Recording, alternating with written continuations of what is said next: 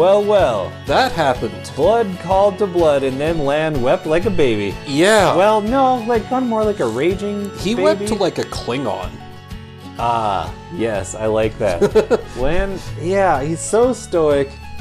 Not in like a... It's in such a believable way. Yes, but before we get too deep into God that... damn. This is the show after the show, the after show, where we Yes. talk in detail things we probably just like start to cut ourselves off from when we're actually watching. Yeah, this is the place where, you know, like if you watched it by yourself, just with us talking over the top of it, and you want to talk about all your thoughts, well, we're going to dump ours. So Yes. if you disagree mightily, do it to the audio device that's playing us back.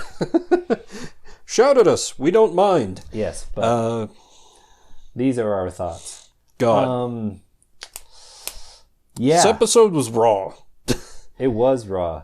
Yeah. I'm like, you know, the last thing always leaves the most lasting impression, but god damn, I really was affected by Lan's scene. At first I was like, okay, like why do we need to see another ritual? We started with the funeral, we ended with the funeral, which is interesting. That's true. I didn't even notice that. And I really didn't. When they started beating their chests, I'm like, okay, like you're not going to pull this off. I don't care. This doesn't matter. And then Lan started getting emotional. And you're so right that Moraine was crying for him. Yes. That was awesome. Yes. Yeah. And because like they had that eye contact. Yeah. Then eventually, clearly, it was just too much.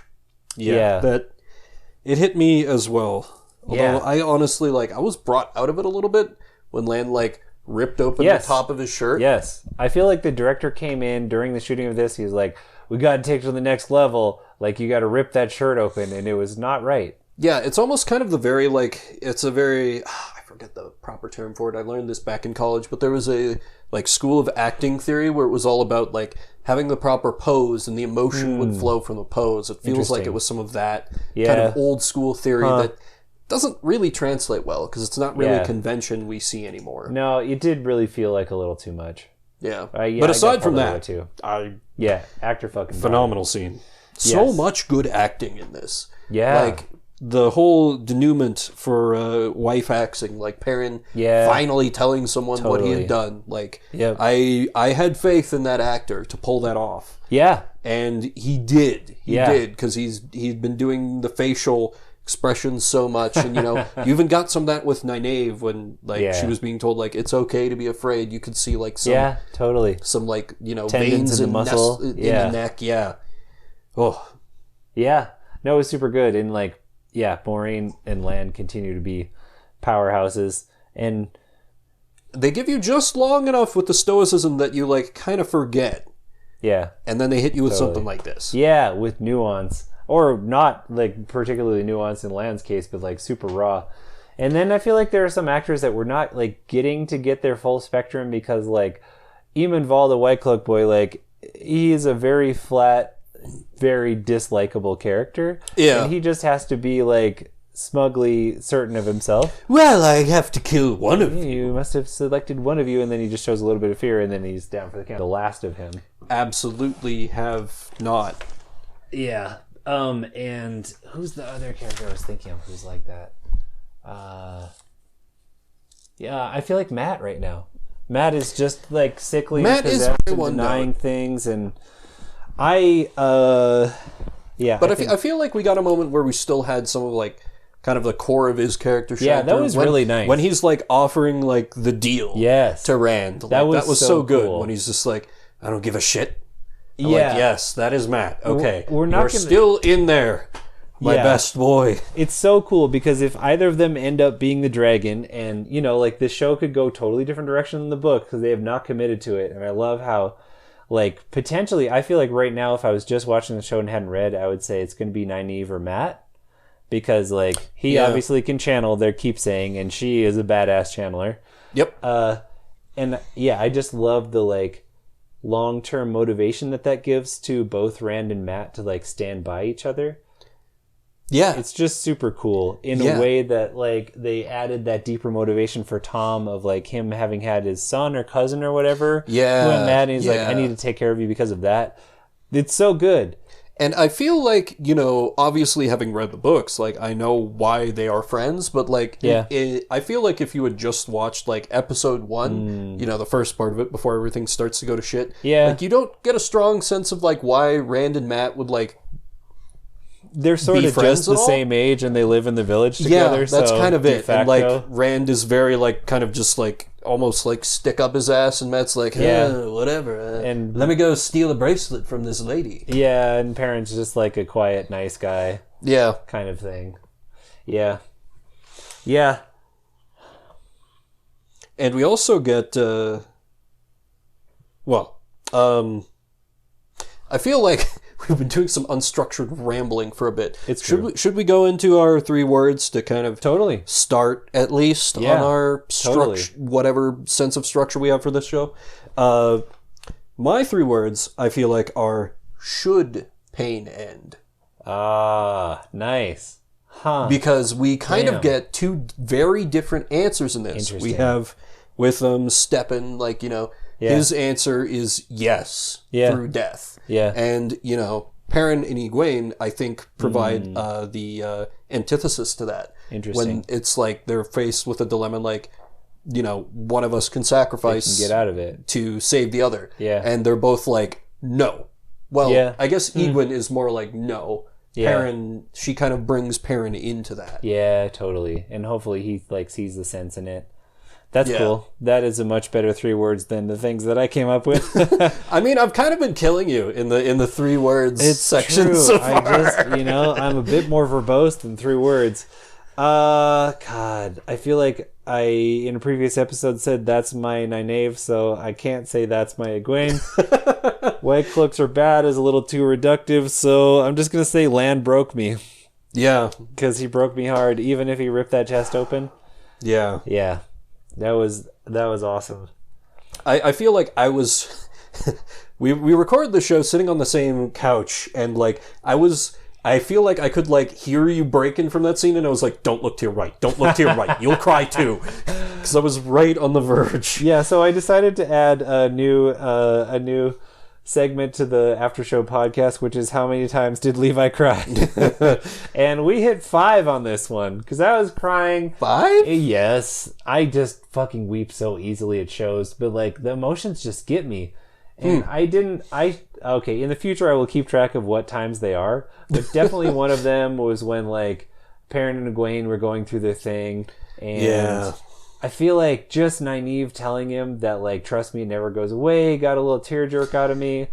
Yeah, there were like, I just get tear jerked easily, and there were some good moments. But all right, that's fair. I feel like part of the reason that I had trouble putting 3 words down is we actually got, like, this was not anyone's episode or anyone thing, like Perrin and Egwene, at least there was real stuff, and Rand and Matt had some stuff, and then, like, Nynaeve and Moiraine had a bunch of stuff, and so did so Lan. much stuff. It was really balanced that way, in a way I feel like previous episodes haven't been as much. Yeah, and it's honestly, I think it's really encouraging for the show, because the books, very much, there's a lot of, like, these characters have stuff, these characters have other stuff. Yeah. This third group of characters has a different thing altogether. Yeah. And the books, well, they don't always balance that perfectly. But totally. Usually it's at least, like, good. Even at its worst, I feel like it's fine. Sometimes you just get a few pages where, like, okay, yes, these characters are still doing this thing, in case you were wondering.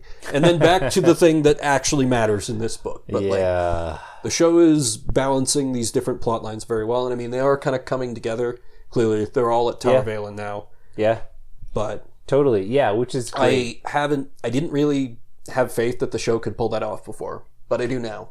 Yeah, at first when I saw a month later, I was like, oh, god damn it, because I feel like so much stuff felt immediate that, like, skipping ahead a month, like the conversation that Moiraine had with Nynaeve, I'm like, no, at some point in the 30 days that you were on the road together, you would have talked about this. But for the most part, it was fine. I am very glad that they skipped over Rand and Matt's long journey to Tar Valon. Yep. Because that was just not really necessary in the books. Like, we got one, like, village where everything goes wrong scene, and that basically happens 5 times in the course of the Wheel of the Eye of the World. It was a very good everything goes wrong. It totally was. But also, what was skipped with the month? Logan's army, it vanished. Oh, yeah. Just like the Trollocs. They did just fucking vanish. Yep, like there It were so happened many again. of them. There was no way they were going to defeat them all. They were overrunning them. And then Nynaeve healed a bunch of people in a cave, and I guess, like... They're just gone. Yeah, the army's gone. They gave up. Still alive. They, like, were berserking to, like, free the dragon that they thought, and yeah, now they're just gone. They're just gone. It's so annoying. At least I feel like my other predictions, like dire predictions and dour predictions, did not come true. Like, Perrin and Egwene just being boring. Yeah. Really I think nice. I think we were both dreading Perrin and Egwene, and they brought it this episode.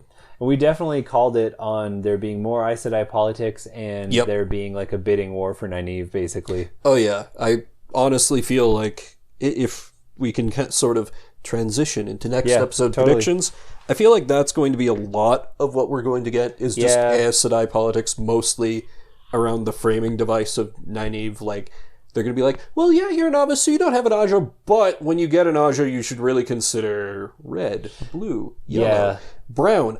We need something with brown. We've not met a brown sister yet. Yeah, I mean, they just introduced yellow now, which I think is smart. Like, naturally avoid talking about too much world building because it'll overwhelm people. Exactly. We, like, really got a clear sense of who red is, and then blue, and then we got some green, and now we're getting a little touch of yellow, and that's just the right pace. Like, don't hit me with the whites, the grays, the browns. Like, and they don't really matter anyway, so... Oh, God, I forgot the whites and grays existed. Yeah, it's a thing. What are the whites and grays things? One of them is intermediary, one of them is, like, pure logic, and then browns are, like, the studious ones, you know? Okay, I forgot two Ajas existed. Yeah, well, and then there's... No big deal. The black Aja. Right. Also prediction, Perrin's stuff. I will not go more into what I mean by stuff, but his stuff begins in earnest. Yeah, I think that it will is my too. prediction. Like, yeah, I think we got some much stronger hints this time than we have before. Yep. But, I don't know, there were hints like that kind of earlier on that didn't pan out. I have kind of written the script for the next episode in my head, being the writer that I am. Oh, yeah. Because I was thinking, yes, there's going to be a bidding war for Nynaeve. And she had that speech to Rand about, like, we'll heal as much as we can, and then when everybody gets here, we'll figure out what to do. So she's definitely not committed to being a novice, even though Leandrin is like, yeah, she's going to be a novice. And, you know, like, she's probably going to be a novice. But I think that there's going to be a real dilemma for her when the sisters are like, we have to still Matt, or it's going to be something about Matt where she feels loyalty to her friends against the tower, and she has to overcome that, or the tower has to overcome that or something. But I feel like that's going to be kind of the crux of the next ones. Like, they're all being like, you should be with us, and she's like, but you're saying this whack thing about my friend kind of thing. Or, I don't know, that's the one that I imagine. Of course, Perrin and Egwene are going to make it to Tarvalin, I think. Mm-hmm. Yeah, that seems solid. I could very easily see it going that way. Definitely, like, that is a little more speculative, but definitely Matt's stuff is going to come to a head, I think. Because he was pretty non-existent in this one, but what he did do, like, they can't really crank him that much more, I feel like. He's, like, super rude to Nynaeve after just having seen her, and he looks super sick, and he's, like, all despondent and stuff. Like, something's got to happen with him or he's going to start to be boringly so. You know, like... True. He is on an arc now, a downward arc, but I don't think that they can keep going without us kind of feeling like we did about Perrin and Egwene for a while. Like, they're just walking through the woods with the fucking tankers, like nothing's happening. Yeah. That was another tearjerker moment, was the tanker scene. Not her speech, but just, like, the non-violence getting beaten down. Like, the White Cloaks going full stop resisting. Yeah. On the Tinkers. Fuck. Yeah. I read a biography of Gandhi, a really thick one, and it just, like, the strength of will of people who will insist on being nonviolent in the face of people who are being violent to them is just, like, hits me in the feels. Yeah. That, and just her, like, getting cracked and, like, you know, having the blood out of her nose and still being, like, very just defiant. Totally. You know, even in the face of, you know, the White Cloaks clearly believe that they are in the right. Yeah. Like, it is all in their aesthetic, in their philosophy. But, I mean, you can clearly tell that they're not. Or even if they are, their methods certainly are very flawed. Yeah, they're certainly righteous, but not in the right. Yeah. Yeah. Next episode predictions. I feel like Lan and Nynaeve are going to have a little bit of thing. Okay. Well, okay. Maybe it won't be next episode, but Steppen called it out, and he's like the hero of the hour. And I was surprised that he did, because I felt real sparks episode 4 between them, and then nothing this episode. And he sort of said, like, there's been nothing. She doesn't talk to me. He's like, oh, she's fallen for you. And that felt like actually a little bit heavy-handed on the part of the writers, of like, you're just saying it when we've only seen it once, and it was pretty nebulous there. Yeah. And Lan said that she worked the magic to save his life. I don't remember that. Is that how that scene played out? In the yes, I think so. It's been a little bit since we saw the last episode. Did he get his throat cut or something? Yeah. He was like dying, and both of us were on the couch here like, what? Yeah, no, he can't die. Yeah. I did, unless you had more to say on that specific... Yeah. I did want to raise a little bit... I feel like there has been kind of the TV version of they're telling rather than showing. Yeah. Because I feel like we got that story about Egwene, with the disease. Yeah, which was interesting. Great and interesting, but like immediately after, also in this episode, we get to see her standing up to the White Cloaks and being very determined, so... We got to see that personality. Yeah. We didn't need to be told about it. Yeah. I mean, it was a nice moment for like Rand to get comforted, I guess, but yeah, I don't know. I could have done without that pretty easily, and I feel like there's been a few scene was cuttable for sure. Bits like that in the show. Totally. From time to time. I think they did a really good, this is a different topic, but did a really good job of like, as a writer, when I'm thinking about killing off a character or having something bad happen to him, you got to increase the likability and lovability right before so it hits the hardest. Like every time a minor character is like having a real touching scene or really wants something, like, oh, they're going to get killed. And that's exactly like Steppen joking around about how he was going to like get attracted to Alana's warders and stuff and just chilling with Lan. That was awesome. And I was like, yeah, this isn't going to end well. Yeah, I didn't quite see it going as permanently as it did, but I could definitely get that sense like, oh, this dude is not bound for good things. Totally. That's a shame, because, I liked him. They did their job well there. I cared about the character. Yeah. Speaking of which, did you have a favorite character for this episode?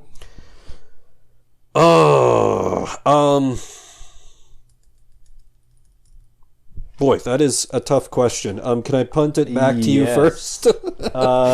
Yeah. Man, I think, like I said, it was really balanced, and a lot of people did great stuff, and Lan did break me. But I think I'm going to pick Egwene for this one. That's fair. Yeah, that's fair. It's just like she showed, I just really loved her scene and how she refused to do it. And especially, this is like the Sanderson hard magic fan in me coming out, but how she worked the magic of like, she definitely tried to immolate him with a fireball that sucked, but in the next moment she was like, but I can use this to burn the bonds. And that was such a badass moment. Yep. Because Perrin is like this raging berserker just waiting to get out. And then he gets out and he's kind of like, I don't know what to do. And she's like, okay, I'm going to stab him. Yeah, she just stabs him. She's it's the great. one who gets it done. It's so cool. I think Perrin was probably my favorite character. Really? And I never thought I'd be like, I like Perrin in the books. I like Perrin in the books a lot, even though I complain about the way he's written. I think I've done that in every after show we've recorded. Yeah. But like him in the show here was great. And we even got a moment where it was like a question mark where, the wolf is like there in their path and Perrin's like, you won't hurt us. Yeah. How do you know that? Yeah. Not explained. So that's like a question over our heads. Yeah, that is super good. As well as, just him, the completion of the wife axing arc. Yeah, finally. And finally him talking about it. Like, that's really satisfying for sure. Yeah. I will admit that in the books, I kind of don't like him. Like, especially, especially from like probably book 4 on. He's not my dude. I can't go into why I like him without spoilers, but it revolves around his stuff. And I think that stuff is very cool stuff. So I think I might like it more for the concept. I just don't think that stuff is cool stuff.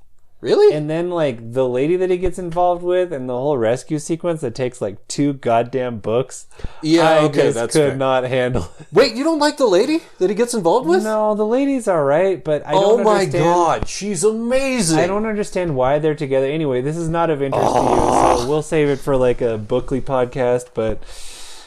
Yeah, no, not so much. So it's cool that I like the actor. I'm so because... disappointed. Anyways, if we get to her in the show, it'll be interesting to see if they can. Yeah.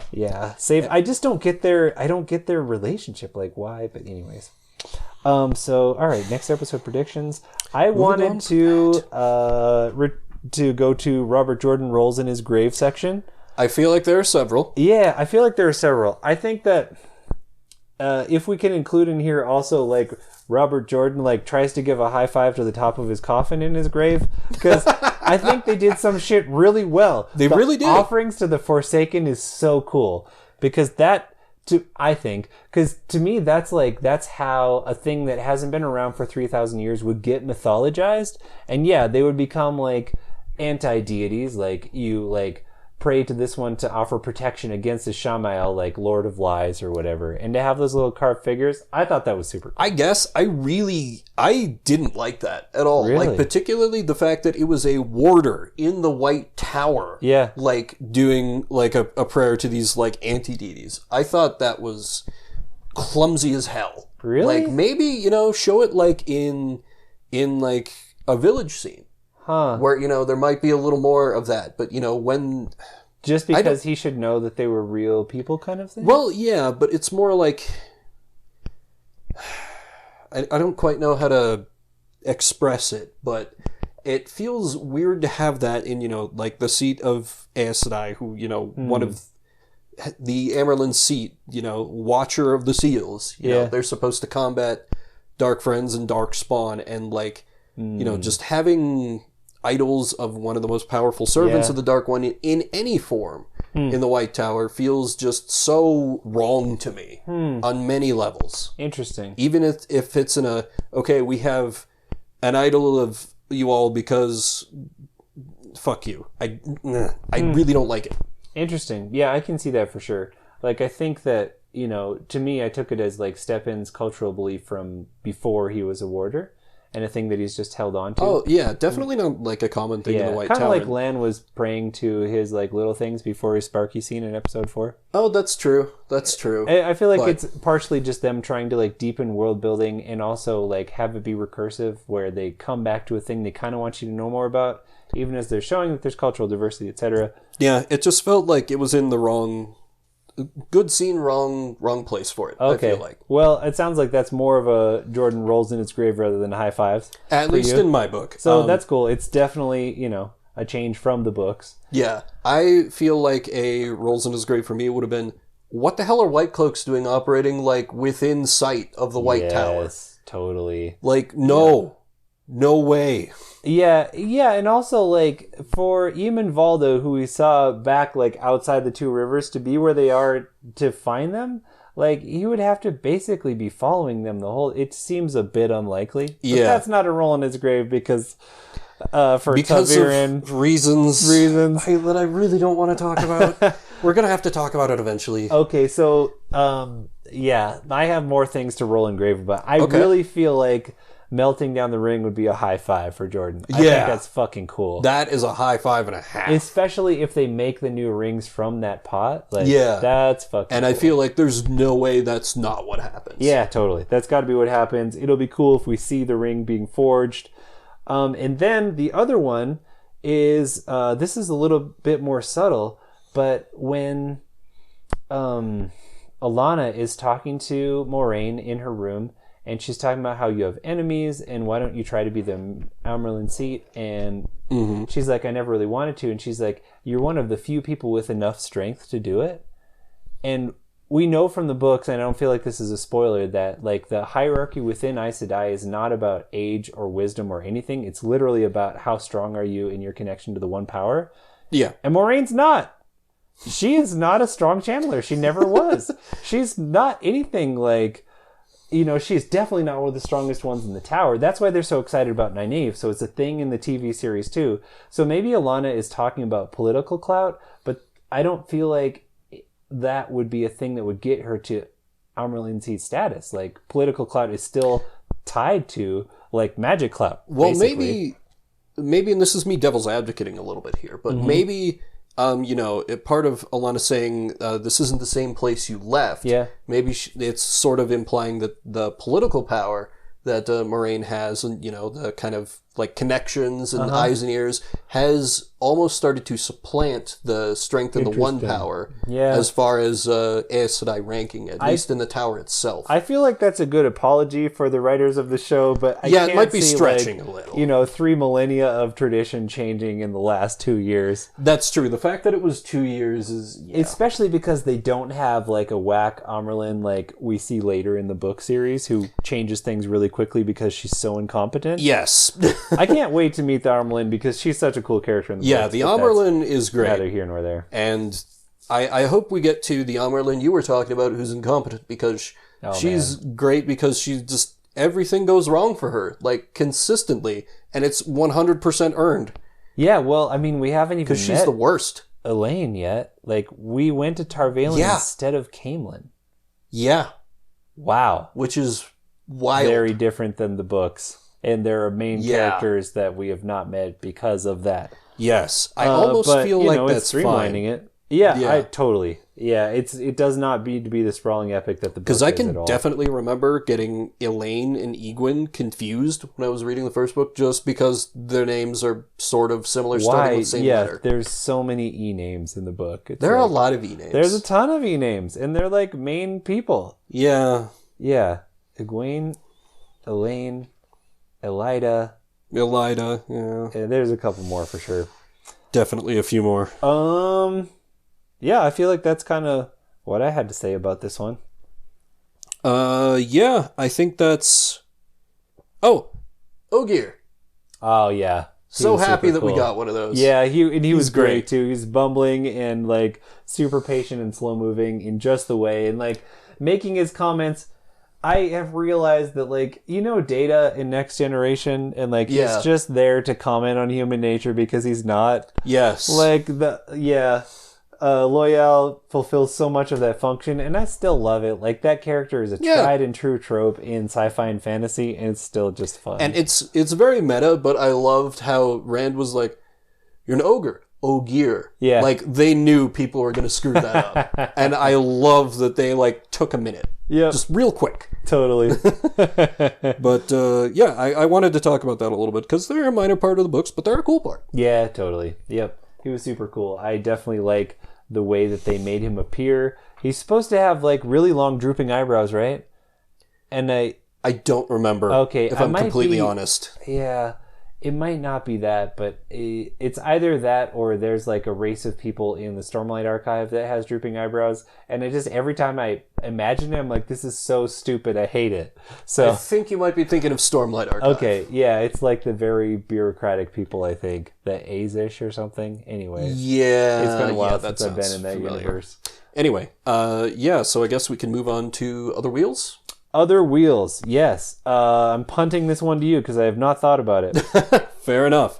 A lot of my Other Wheels I've talked about in previous episodes are kind of still turning. I'm still playing the...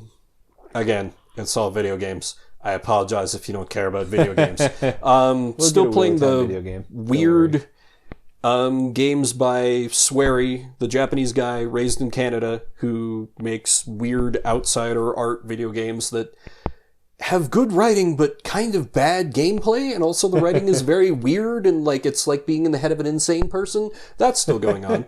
Also still playing Pokemon and slowly remembering why I stopped playing Pokemon. Enough about that. I have a whole podcast about that that's separate from this.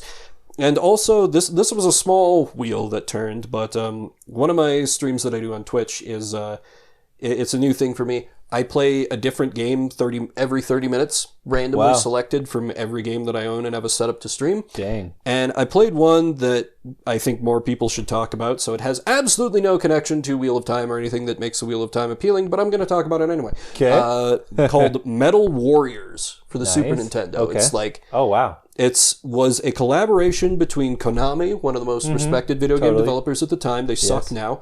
And Lucasfilms of all people. Whoa. Or wait, might have been LucasArts, but Okay. still like Lucas stuff. Lucas stuff, the Star Wars people, and it's Wow. about like space, like Gundam mech things, and you have like free flying in a SNES game, and there's no heads up display. There's no like bar of your life. There's no like count of your bullets. It's just your machine, and you can see it get more damage, and like that's how you tell how your life is, and it's like kind of also like free exploration and has all these crazy weapons.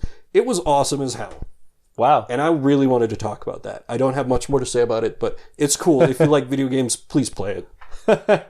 That's awesome.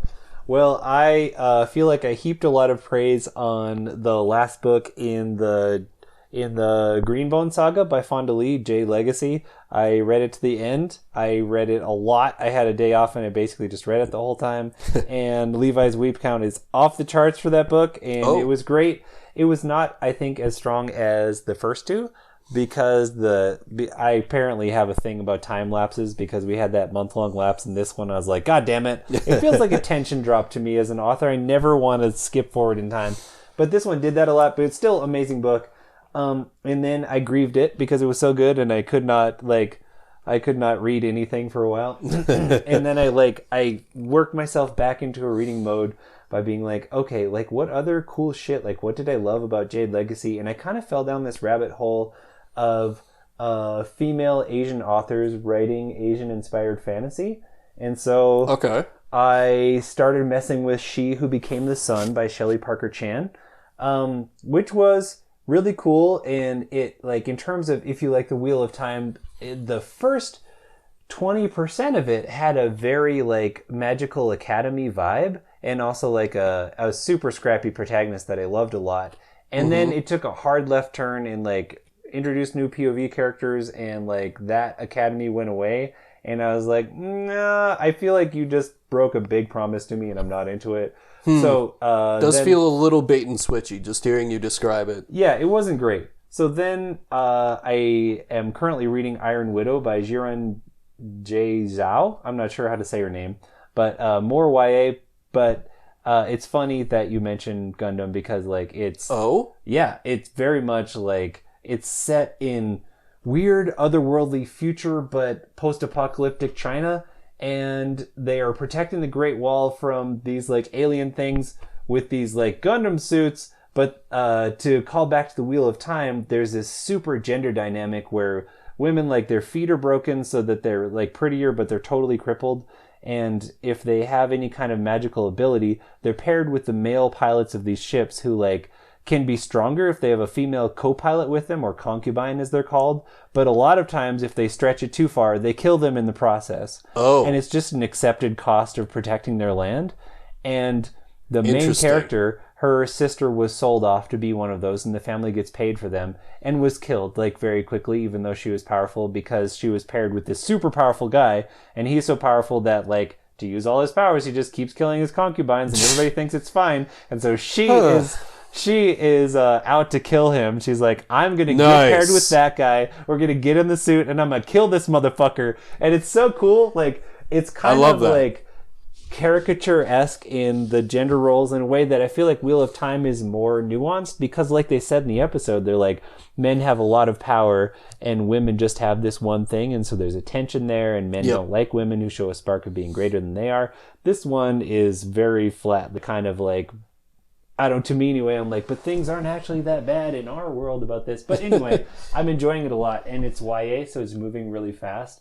And I do kind of suspect that we've got like a romance coming between the people who are like the girl who's ready to kill this dude. So I don't know, but it's interesting so far. And I'm just kind of enjoying this genre of like Asian inspired fantasy by Asian female authors. So nice. That's a very specific niche, but I could see it being a very cool one. And it's kind of exploding right now. There's a ton of it, and like a lot of it is winning awards and stuff. Yeah. Nice. So I will have updates for that next time as I continue my sojourn. Cool. But with that, it's neither a beginning nor... We gotta fucking come up with a script. We really do. We really do. And we keep not. For now, it's an ending. It is an ending. We will see you next time. Aftershow for episode 6, or if you like the watch along, see you for watch along of episode 6. that has a title. Thank you for joining us.